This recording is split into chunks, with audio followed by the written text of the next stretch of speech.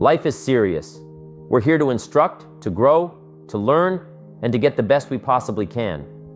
It's important because some people do really well, while others struggle. So, let's think about that carefully. Winning or losing, succeeding or failing, it all matters. We need to take our future seriously, for ourselves and our families.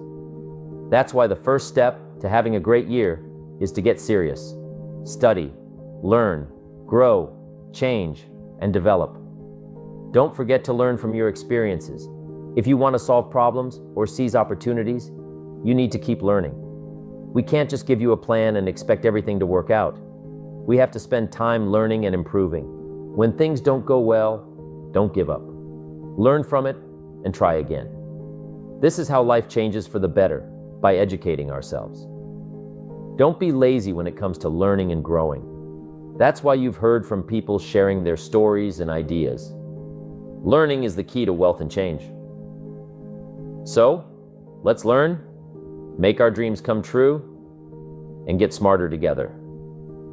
A few simple disciplines practiced every day, and you've started a whole new process, a whole new life.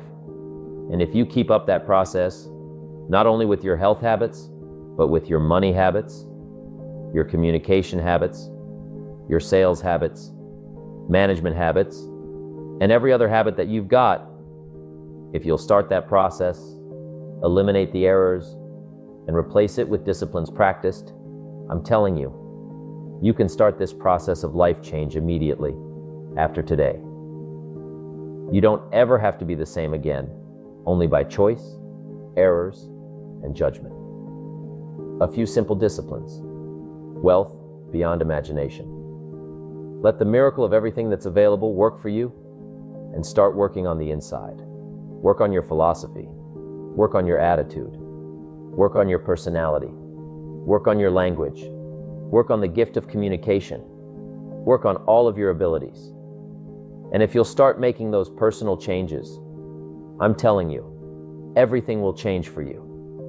Work on yourself. Then you bring more value to the partnership, to the marriage, to the franchise, to the corporation, to the enterprise, to the community, to the nation. Self-development, personal development.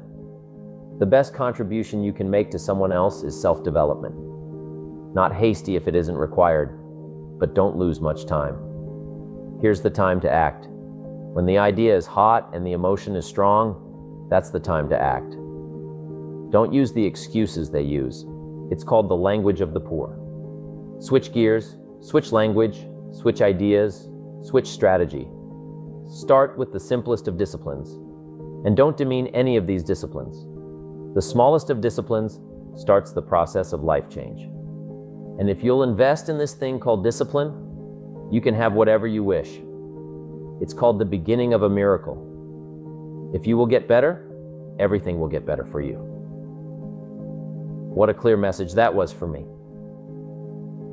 He said, if you'll change your philosophy, if you'll change your habits, if you'll refine your thinking, if you'll change and accept some new disciplines, if you'll turn the corner where you've been in the past, go for a new life for the future, he said, all kinds of remarkable things will happen for you if you will change.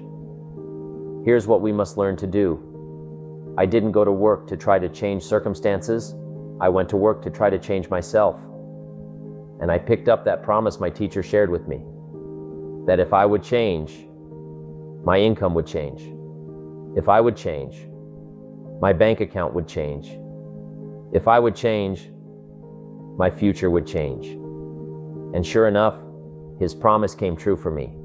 You know, the companies were about the same, what they paid was the same circumstances around me were the same, you know, my negative relatives were the same, but I was not the same. That's how my life changed. Things started working for me, changing my life all those years ago. We don't have to change what's going on out there. That's the wind that's blowing. All we have to do is change what's going on in here. And now, there are several ways to do that. The first subject he called personal development. We must learn from personal experience. Pretty simple. Learn from what happens to you. Take a look back over the last few months. Did you make some mistakes? How could you correct those for the future? Take a look back over the last year. Have you done it right or done it wrong? Let's correct it for the next year. Mr. Schoaf asked me when I first met him, he said, "Mr. Rohn, how are you doing? You've been out there now 6 years." And I said, "I'm not doing very well." He said, "I suggest you not do that anymore." What a simple, swift analysis to my situation. He said, "If you keep doing it, the next 6 years will be like the last 6. You don't want that to happen. Let's make the changes." So, learn from your personal experience. Second, other people's experiences.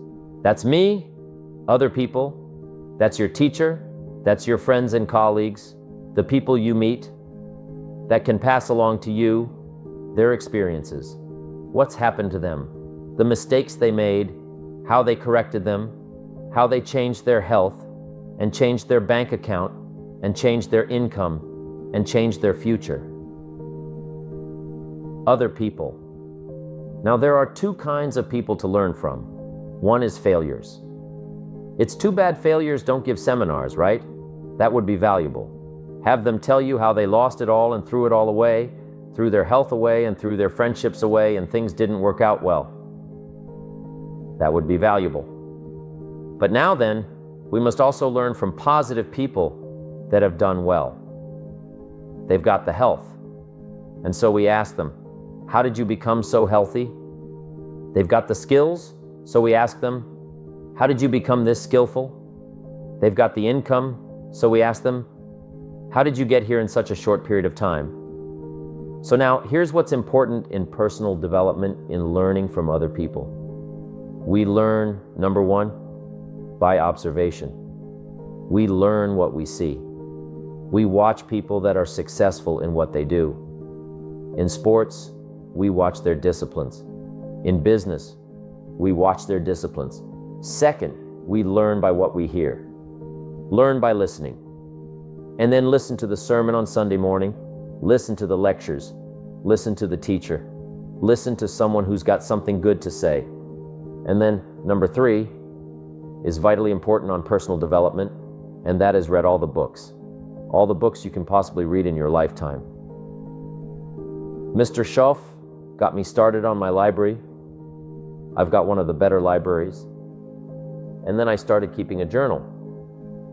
One of the major things my teacher taught me was to keep a journal. He said, don't trust your memory. If you hear something good, just make a little note and write it down. So I would suggest you do the same things that impress you. A poem that impresses you when you attend a class, some of the ideas that impress you, jot them down. You read something in a magazine, write some ideas, take those out, put them in your journal. Keep a good journal the rest of your life. This will serve you well. So I want the same thing to happen to you. Value captured that you can resort to later. Go back over it and review it, and let it become valuable to you. Work harder on yourself than you do on your job. Develop the skills, learn the lessons, take the classes, absorb all that is being taught to you these days. And then later on, of course, you can sort it out what's valuable to you and how to refine it for your business and for your life and for your future. But the main thing is to get it and start this process of personal change. Now let's cover the second, setting goals. We need to take a look into the future. In setting goals, it's very simple. Number 1, decide what you want. Just take a little time, sit down and say, what do I want? What kind of skills do I want? What kind of income do I want for the future? Where would I like to go? Places I'd like to visit? Habits I'd like to acquire? Skills I'd like to have? Economics? Friendships? People you'd like to meet? When you've thought about what you want for the future, make a list. If the future gets clear, the price gets easier, because you've got to remember, for every promise, there's a price to pay. Everybody's got to pay the price. Everybody's got to do the deal. Everybody's got to do the disciplines. But here's what I've discovered. If the promise is clear and powerful, the price is easy to pay. The first part of the key is to design the promise. Then, what is the price to pay? I'm telling you, the price will be easy if you'll make the promise of the future clear for yourself. All of the values of life that you could possibly want, and be serious about it, I promise you, it's an easy price to pay. Anybody can pay it. And the best advice I can give you is, if I can do it, you can do it. Start setting your goals and see if you can't get a better excitement going for the things you want to accomplish for the future. One of the major reasons for setting goals is for what they make of you in achieving them. My teacher advised me when I first got started at age 25. He said, "Jim, why don't you set a goal to become a millionaire? I'm here to help you." And he said, "Here's why. For what it will make of you to achieve it. Set the kind of goals that will make something of you to achieve it." So part of the key here is to set the kind of goals that will make something of you. Don't set them too low so that you don't have to grow, and you don't have to read, and you don't have to try, and you don't have to stretch. Don't set them too low. And then don't sell out. Don't go for something that's going to cost you your virtue or cost you your values or sell out your principles. There's a good middle road here to follow. Goals that will inspire. Goals that will help you grow, change, develop, and become better than you. So if you want something to pull you through all kinds of challenges, all kinds of difficulties and things that come at you, you've got to have something out there beyond today, beyond next week, beyond next month, beyond this year, that pulls you into the future. And the clearer it is, the stronger it pulls, the more dynamic it is, the more it affects your life, your spirit, your heart, your soul. It also creates imagination. It gets your mind working on how to achieve that purpose. And if your mind will work, and if your heart works, and if your spirit works, and if you have good input, like good ideas, I'm telling you, there isn't anything you can't accomplish. Ideas gather dust, you know. They don't produce it all by themselves. It's like philosophy is not the end. Philosophy is the beginning. Philosophy must be invested. When I talked about philosophy, attitude, and disciplines, they must be invested. And if you invest philosophy and attitude and disciplines, then they produce results. Now here's all you've got to do. Turn that around. A few simple disciplines practiced every day starts to create success. Not at the end of the first day. The first day is the end of a new beginning. Every new discipline affects the rest.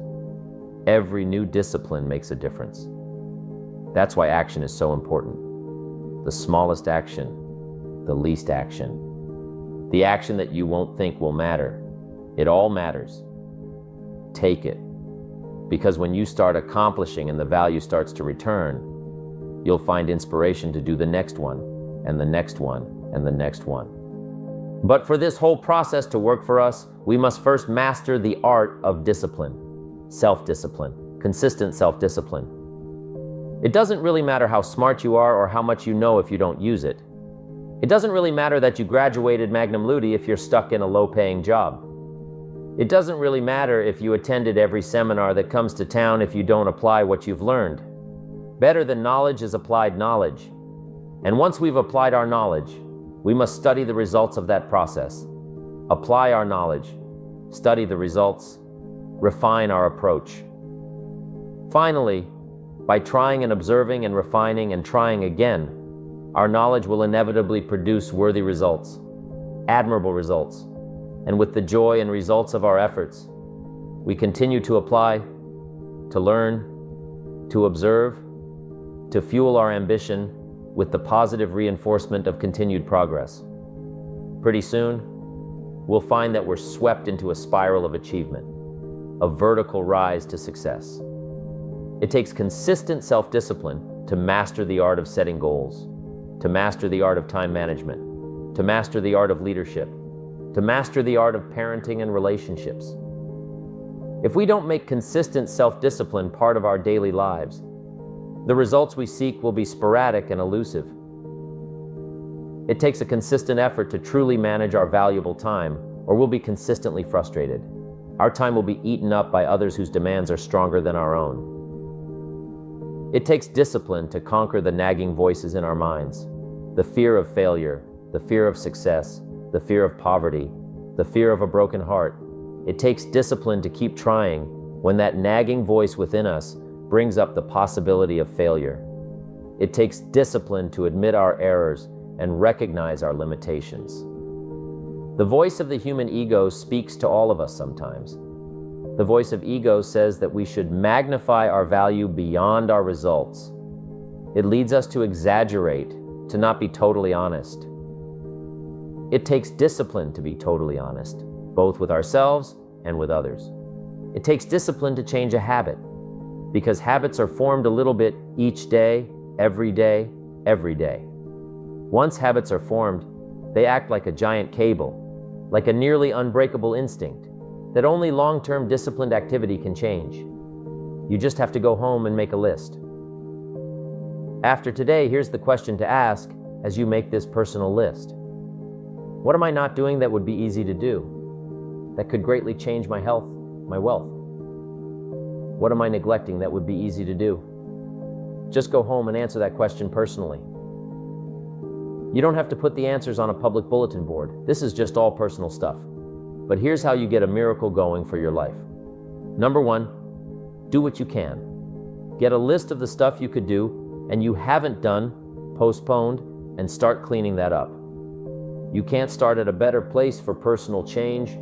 That'll affect your bank account, affect your future, affect your income, affect everything. You can't start a better life change process than cleaning up what you should be doing. The man says, well, my mother lives down in Florida. Should have written her 6 months ago. I just can't seem to get that letter written. I'm asking you to get that letter written, clean that up, and don't walk like other people walk.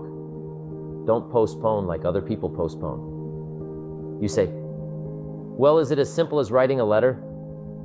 And the answer is yes. Where else would you start for life change, personal change? Number two, do the best you can. If that's not your philosophy, I would ask you to amend it. Let me give you the best of ancient script. Here's what it says. Whatever your hands find to do it with all your might, do it with all your strength, and do it with all your power. What a good philosophy. That kind of philosophy can revolutionize your life. If you haven't picked it up lately, the guy slips in late, comes late, doesn't seem to mind. Slips out early, first one in the parking lot, heading for happy hour, stretches his break, comes early for lunch, late back from lunch. Company doesn't seem to notice. Guy says, best as I can calculate, I'm putting in about a half a day's work, and I'm collecting a full day's pay. Little does he know, the seeds of his own disaster are already being sown by the weakness of his own personal philosophy. It's not the economy that's going to determine your next 6 years. It's your philosophy about labor, about activity, about miracle, and soil, and seed, and sunshine, and rain, and the economy, and the banks, and the money, and the companies, and the schools, and what's going on. It's your philosophy and your attitude, and then your ability to take action. All of that we call the process of life change. Miracle-working, consistent self-discipline. Set up a discipline when the emotions are high and the idea is strong and clear and powerful. That's the time to set up the discipline. Somebody talks about good health and you're stirred, right? I need to get a book on nutrition. Get the book before the idea passes, before the emotion gets cold. Go for the book. Start the library. Start the process. Fall on the floor. Do some push-ups. Action. You've got to take action. Otherwise, the wisdom is wasted. Otherwise, the emotion soon passes unless you put it into a disciplined activity. Capture it. Disciplines. It's called How to Capture the Emotion and How to Capture the Wisdom and translate it into equity. Disciplines. You start walking around the block. It'll inspire you to get an apple. Get an apple.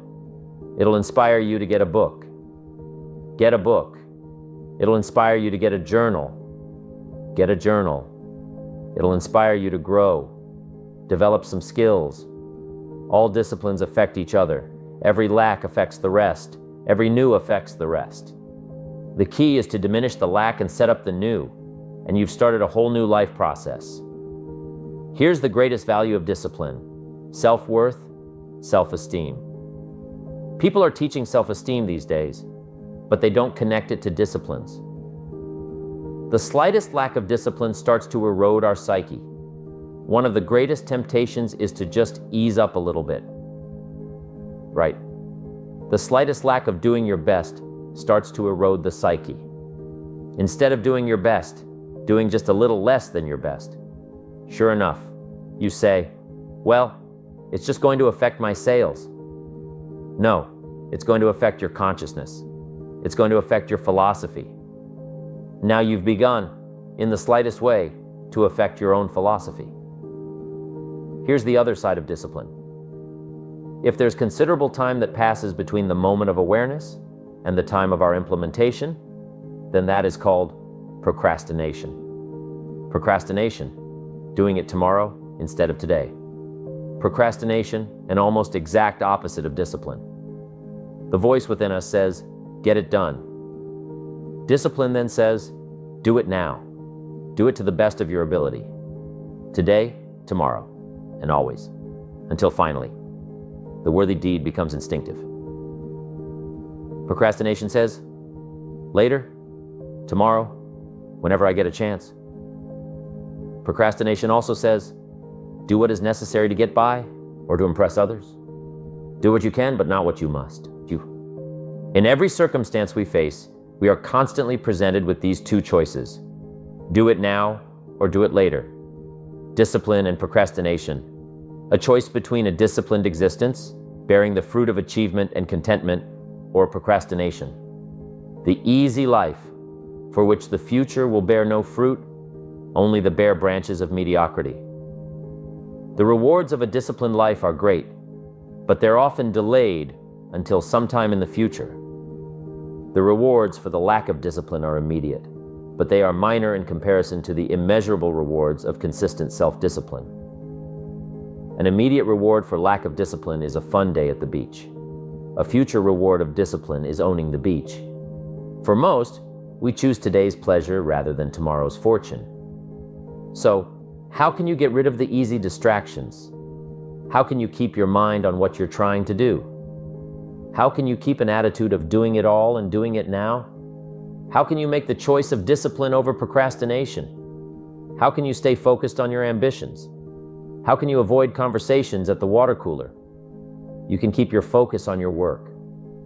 You can get it done today instead of tomorrow. You've got to really work on your consistent self-discipline on a daily basis, or you'll find yourself distracted by negative thoughts, distracted by negative people, distracted by water cooler chatter, and pretty soon, depending on the type of people you've associated with, distracted by your doubts within yourself. Never underestimate the power of influence and associations, and never underestimate the power of your own consistent self-discipline. Now let's take a closer look at discipline, at the 3 steps to becoming disciplined. First, true discipline. Discipline is not the easiest option. Most people would rather sleep until 10 than get up at 6 a.m. It's easier to go to bed late, sleep late, show up late, leave early. It's easier not to read. It's easier to turn on the television than to open a book. It's easier to do just enough than to do it all. Waiting is always easier than acting. Trying is always easier than doing.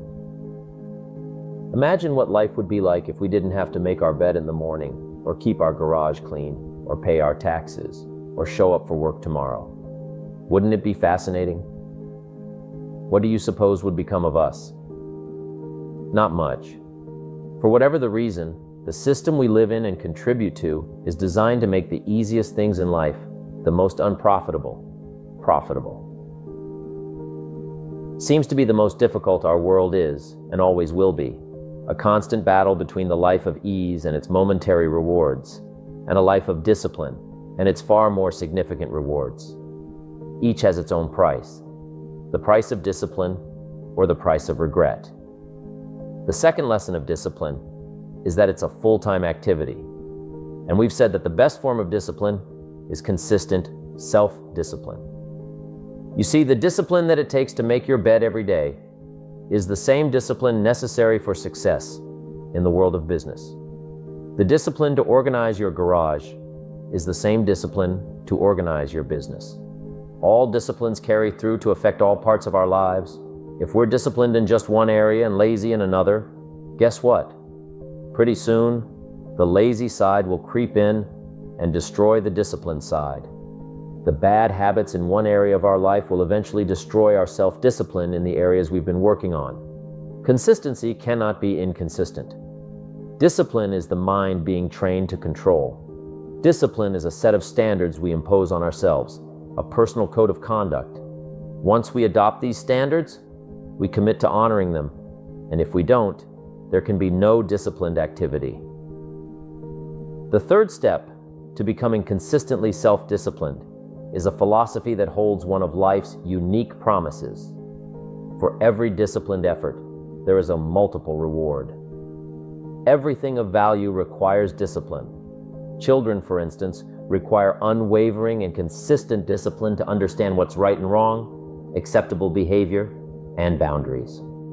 The most valuable form of discipline is the one we impose on ourselves. Don't wait until things deteriorate so drastically that someone else must impose discipline into your life. Your life, my life, the life of each one of us is going to serve as either a warning or an example. In the end, it is your own discipline that acts as the magic catalyst to give substance and depth to your ambition, to achieve your own plans and dreams. Humans also need words. Words nourish the mind, give life, and create insight. The mind needs to be exercised, refined, and stimulated by debate. We need both sides of the human drama represented. That's why we study both good and evil, health and illness. We need to give voice to both sides of the issue to strengthen our own arguments. Our personal philosophy needs to be developed so we can see the opportunities on the other side, so we can maximize those opportunities. This is the twin challenge in developing ideas and philosophy and strengthening all of it. The battle of the mind is significant for us every day. What to think, what not to think. It's a continuous process of growth and development, a journey toward maximizing opportunities and avoiding dangers, both within ourselves and in the world around us. Mr. Schaff's advice to stand guard at the door of your mind is invaluable. It reminds us that we have the power to decide what enters our minds and ultimately shapes our futures. We must be wary of the negative thoughts and self-doubt that can steal our promise and potential. Instead, we should strengthen the positive side of our internal dialogue, nurturing healthier, stronger, and wiser mindsets each day. Engaging in the debate of life, what to eat, where to go, what to say, what to do, requires us to fortify our minds with positive reinforcement. By doing so, we build a shield against negativity and distractions that could hinder our personal development and future success. Building a robust mental library is essential. It consists of visual resources, such as videos, and auditory resources, like podcasts or audiobooks. However, it's crucial not to consume only mental candy, superficial or entertaining content. Instead, we should seek out diverse perspectives, debate ideas, and form our own conclusions. It's also essential to give ourselves the chance to change and refine our philosophies as we grow.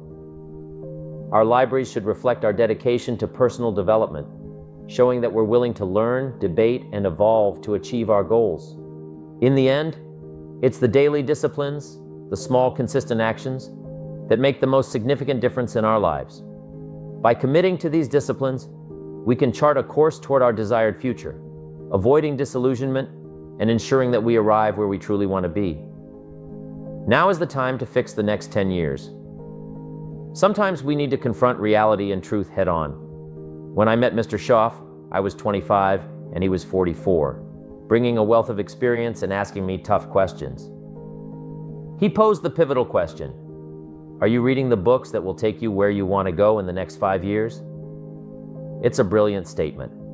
You're either engaged in the disciplines or you're not. We must avoid disillusionment, hoping without acting, wishing without doing. The key is to assess where we are and what changes we can make to ensure we're taking daily steps toward our desired treasures: mental, personal, spiritual, and financial. Coaching can be invaluable. Taking time out to listen to someone's experiences and ideas can lead to moments of correction that prompt positive changes in our lives over the next 1, 3, or 5 years. We all need inspiration, but it often stems from self-motivation. Waiting for someone else to turn us on isn't a strategy. We must draw emotional vitality from life's challenges and opportunities. Let others lead small lives, cry over minor hurts, and argue over non-essentials, but not us. We should deal in things that matter and ensure our actions stem from our own conclusions, not blind followership. Moreover, being happy with what we have while pursuing what we want is a great challenge. Developing our lifestyle involves appreciating the finer things in life, studying the arts, and reaching for the best within the time we have available. It's not about the amount, but the imagination. Choosing to be somebody wise, strong, and kind. Mr. Schoff taught the importance of lifestyle, even in small actions like tipping the shoe shine boy. Becoming a two-quarter person and finding joy in the greater person we are becoming exemplifies living life in style. In life, the pull is often in the opposite direction.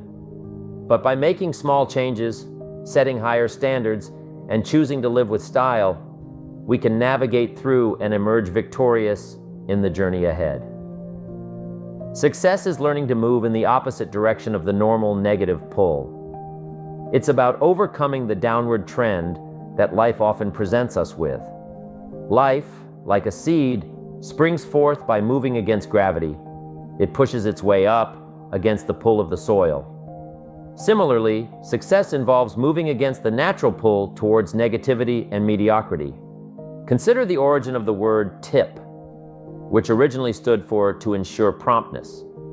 If we're to ensure good service, we should give the tip up front, ensuring a positive experience. Life and style is also about balance, nurturing relationships, cultivating friendships, and cherishing family. These values add depth and richness to our lives, far beyond material wealth. Success is not about the amount, but the attitude. An attitude of continuous improvement and appreciation for life's blessings. It starts with changing our philosophy, our mindset, and our habits. The key is not neglecting to do the easy things that lead to success, for neglect leads to a downward spiral that affects every aspect of our lives. Discipline is crucial. It affects every area of our lives, and every action matters.